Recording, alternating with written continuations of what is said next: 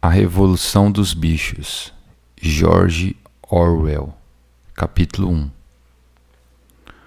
O Sr. Jones, proprietário da Granja do Solar, fechou o galinheiro à noite, mas estava bêbado demais para lembrar-se de fechar também as vigias. Com um facho de luz da sua lanterna balançando de um lado para o outro, atravessou cambaleante o pátio, tirou as botas na porta dos fundos, tomou um último copo de cerveja do barril que havia na copa e foi para a cama, onde sua mulher já ressonava. Tão logo apagou-se a luz do quarto.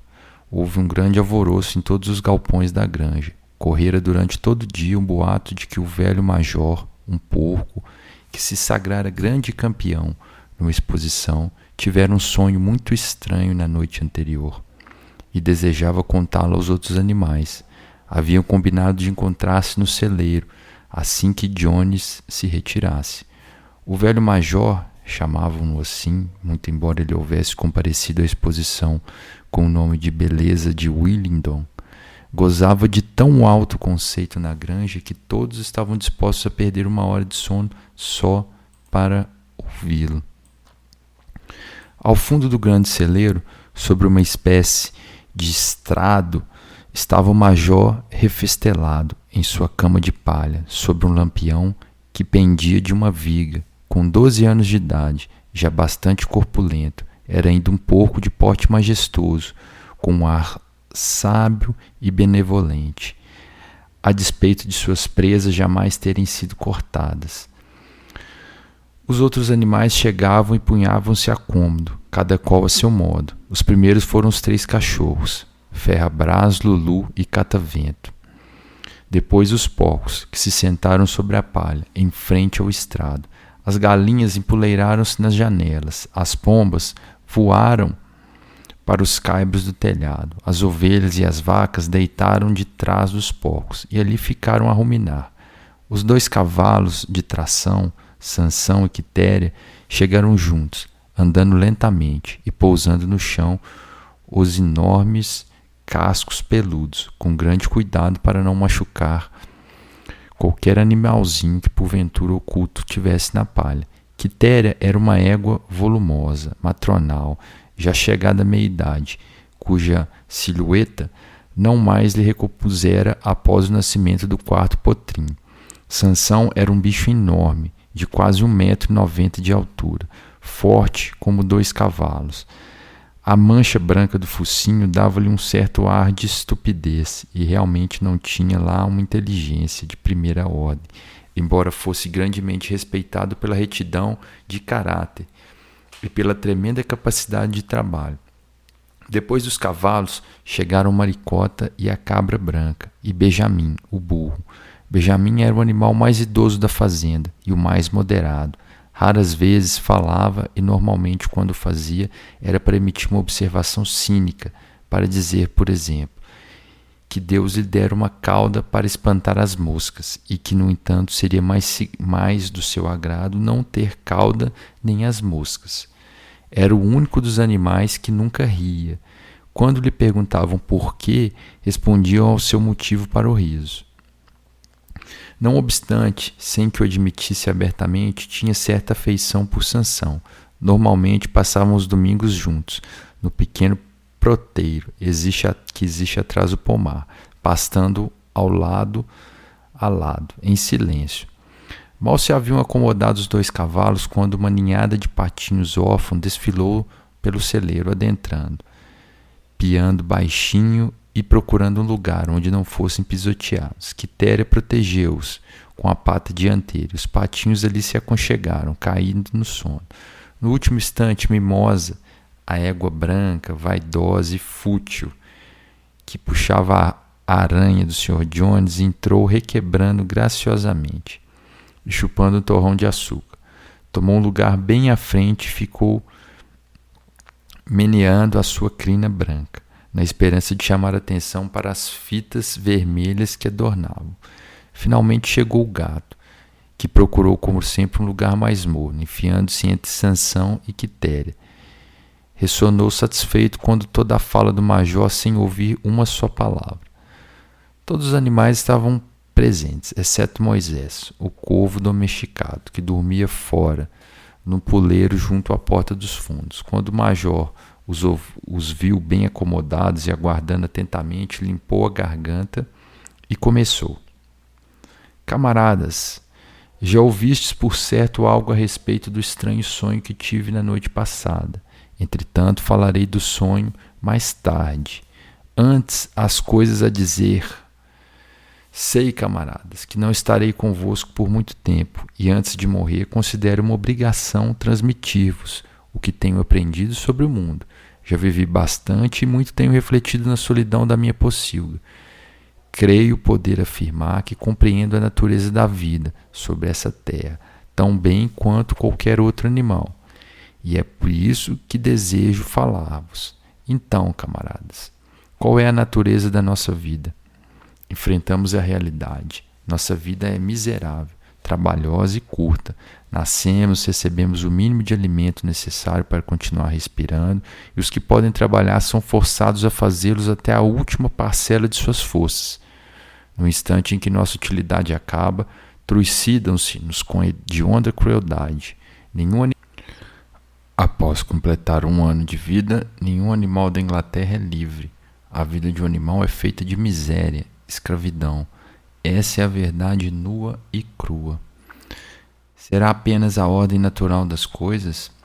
Será esta nossa terra tão pobre que não oferecer a condição de vida decente a seus habitantes?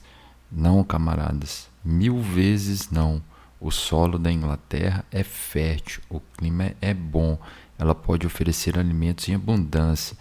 Há um número de animais muitíssimo maior do que o existe.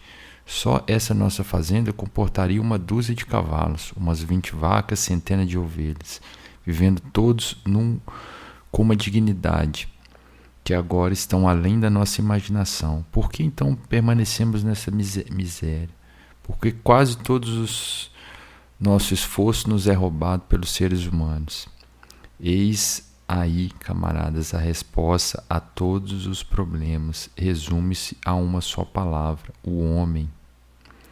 O homem é o nosso verdadeiro e único inimigo. Retira-se da cena o homem e a causa principal da fome e da sobrecarga de trabalho desaparecerá para sempre. O homem é a única criatura que consome sem produzir. Não dá leite, não põe ovos, é fraco demais para puxar o arado, não corre o suficiente para alcançar uma lebre. Mesmo assim, é o senhor de todos os animais. Põe-nos a trabalhar, dá-nos volta o mínimo para evitar a inanição e fica com o restante. Nosso trabalho amanhã, o solo, o estrume, o fertilizante. No entanto, nenhum de nós possui mais do que a própria pele. As vacas que aqui vejo à minha frente, quantos litros de leite terão produzido este ano? E o que aconteceu a esse leite, que deveria estar alimentando robustos bezerrinhos, desceu pela garganta dos nossos inimigos? E as galinhas, quantos ovos puseram este ano? E quantos se transformaram em pintinhos? Os restantes foram para o mercado para fazer para Jones e seus homens. E você, Quitéria? Diga-me onde estão os 4 potrinhos que deveriam ser apoio e o prazer da sua velhice. Foram vendidos com a idade de 1 ano. Nunca você tornará a vê-los. Como paga pelos seus 4 partos e por todo o trabalho no campo que recebeu você, além da ração e do estábulo? Mesmo miserável como é a nossa vida, não chega ao fim de modo natural. Não me queixo por mim, que tive até muita sorte. Estou com 12 anos e sou pai de mais de 400 porcos. Isto é a vida normal de um varão. Mas no fim, nenhum animal escapa ao cutelo. Vós, jovens leitões que estáis sentados à minha frente, não escapareis de guinchar no cepo dentro de 1 ano. Todos chegaremos a este horror. As vacas, os porcos, as galinhas, as ovelhas, todos, nem mesmo os cavalos e os cachorros escapam a esse destino. Você, Sansão, no dia em que seus músculos fortes perderem a rigidez, Jones os mandará para o carniceiro e você será degolado e fervido para os cães de caça. Quanto aos cachorros, depois de velhos desdentados, Jones amarrará-lhes uma pedra ao pescoço e jogá-las na primeira lagoa que achar. Não está, pois, claro como a água, camaradas, que todos os males de nossa existência têm origem na tirania dos seres humanos. Basta que nos livremos do homem para que o produto do nosso trabalho seja somente nosso. Praticamente da noite para o dia poderíamos nos tornar ricos e livres. Que fazer? Trabalhar dia e noite de corpo e alma para a derrubada do gênero humano. Esta é a mensagem que vos trago, camaradas. Revolução. Não sei quando sairá essa revolução. Pode ser daqui uma semana ou daqui um século. Mas uma coisa eu sei, tão certo quanto eu ter a palha sob os meus pés, mais cedo ou mais tarde justiça será feita. Fixai, camaradas, isso para o resto de vossas curtas vidas e, sobretudo, transmiti esta mensagem aos que virão depois de vós, para que as futuras gerações prossigam na luta até a vitória. E lembrai-vos, camaradas, jamais deixai fraquejar vossa decisão. Nenhum argumento poderá deter-vos. Deixai-vos, fechai os ouvidos quando vos disserem que o homem e os animais têm interesses comuns, que a prosperidade de um é a prosperidade dos outros. É tudo mentira. O homem não busca interesses que não os dele próprio, que haja entre nós uma perfeita unidade, uma perfeita camaradagem na luta. Todos os homens são inimigos, todos os animais são camaradas. Nesse momento, houve uma tremenda confusão. Enquanto o major falava, 4 ratos haviam emergido dos seus buracos, estavam sentados nas patinhas de trás e a ouvi-lo. De repente, os cachorros deram pela presença, e somente devido à rapidez com que sumiram nos buracos foi que os ratos conseguiram escapar com vida. O major levantou a pata pedindo silêncio. Camaradas, disse ele, eis aqui um ponto que precisa ser esclarecido. As criaturas selvagens, tais como os ratos e os coelhos, serão nossos amigos ou os nossos inimigos? Coloquemos o assunto em votação. Apresento à Assembleia a seguinte questão: os ratos são camaradas? A votação foi realizada imediatamente e concluiu-se por esmagadora maioria que os ratos eram camaradas. Houve apenas 4 votos contra os dos 3 cachorros e do gato, que depois se descobriu votaram pelos 2 lados. O major prosseguiu. Pouco mais tenho a dizer, repito apenas, lembrai-vos sempre do vosso dever de inimizade para com o homem e todos os seus desígnios. Qualquer coisa que ande sobre 2 pernas é inimigo. Qualquer coisa que sobre 4 pernas ou tenha 4 asas é nosso amigo. Lembrai-vos também que na luta contra o homem não devemos assemelhar-nos a ele. Mesmo quando os tenhais derrotado, evitai seus vícios. Animal nenhum deve morar nem dormir em camas, nem usar roupas, nem beber álcool, nem fumar, nem tocar em dinheiro, nem fazer comércio. Todos os hábitos dos homens são maus, e principalmente jamais o animal deverá tiranizar outros animais. Todos os animais são iguais. E agora, camaradas, vou contar-vos o sonho que tive a noite passada. Não sei como explicá-lo. Foi um sonho como será o mundo quando o homem desaparecer. Mas lembrou-me algo que há muito eu esquecera. Há anos, eu ainda, um leitãozinho, minha mãe e as outras porcas costumavam cantar uma antiga canção, da qual só conhecia a melodia e as 3 primeiras palavras. Na minha infância, aprendi a melodia, depois a esqueci. A noite passada, entretanto, ela me voltou à memória. O mais interessante é que me lembrei também dos versos, os quais eu tenho certeza foram cantados pelos animais de antanho e depois esquecidos durante várias gerações. Vou cantar essa canção, camaradas. Estou velho e a minha voz é rouca, mas quando vos houver ensinado a melodia, podereis cantá-la melhor do que eu. Chama-se Bichos da Inglaterra. O velho major limpou a garganta e começou a cantar. De fato, a voz era rufenha, mas ele cantava razoavelmente, e a melodia era bem movimentada. algo entre Clementina e La Cucaracha. Os versos diziam o seguinte: bichos ingleses e irlandeses, bichos de todas as partes, eis a mensagem de esperança no futuro que virá. Cedo ou tarde virá o dia, cairá a tirania, e os campos todos da Inglaterra só aos bichos caberão. Não mais argolas em nossas ventas, dorsos livres dos arreios, freios e esporas descartadas, chicotadas abolidas.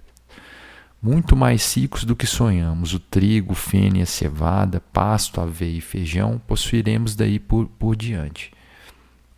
Brilham os campos da Inglaterra, águas puras rolarão, ventos leves soprarão, saudando a redenção. Lutemos todos por esse dia, mesmo que nos custe a vida. Vacas, cavalos e gansos, peru, liberdade conquistemos. Bichos ingleses e irlandeses, bichos de todas as partes, escutai bem, espalhai minha fala sobre o futuro que virá. O canto levou os animais à mais extrema excitação. Antes do major chegar ao fim, já havia começado a cantar por conta própria. Até os mais estúpidos pegaram a melodia, e algumas palavras, os mais espertos, como os porcos e os cachorros, decoraram a canção em poucos minutos. Então, depois de alguns ensaios preliminares, toda a granja atacou bichos da Inglaterra, em formidável uníssono. As vacas mugiam a canção, e os cachorros latiam, as ovelhas baliam-na, os cavalos relinchavam-na, os patos grasnavam-na. Tal foi o enlevo que cantaram de ponta a ponta, 5 vezes sucessivamente, e teriam continuado a noite inteira se não fossem interrompidos. Infelizmente, o alarido acordou Jones, que pulou da cama, certo de que havia raposa no pátio. Deu de mão na espingarda, sempre pronta a um canto do quarto, e descarregou na escuridão. O chumbo foi encravar na parede do celeiro, e a reunião dispersou-se. De um abrir e fechar de olhos, cada qual correu para o seu pouso. As aves saltaram para os puleiros, o gado deitou na palha, e em poucos instantes toda a fazenda dormia.